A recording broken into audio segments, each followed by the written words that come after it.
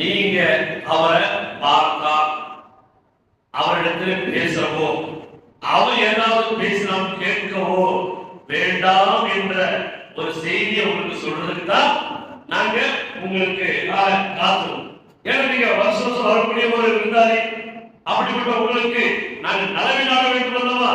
அதனால அவர் சொல்ற எதையும் காது கொடுத்து கேட்காதீங்க. இந்த துப்பேங்கிற மனிதர் இதை எவன் செஞ்சுட்டாங்க யோசிக்கிறாரு. இவ்வளவு பெரிய குழப்பத்துக்கு உட்படுறவங்களுக்கு உண்மையிலே நாமும் பாதுகாப்பாக இருக்கணும் அப்படின்னு சொல்லி காக்க நடி பஞ்ச வச்சுக்கிட்டு செய்யறாரு.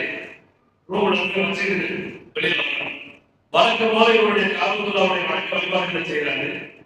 அங்கே இவருடைய கண்ல ஒரு மனிதர் ஒரு தத்துரூபமான முறையில ரொம்ப நேச்சுரலா பெருமைக்க வச்சு அல்லாஹ் சைத்தான் செய்யறான்.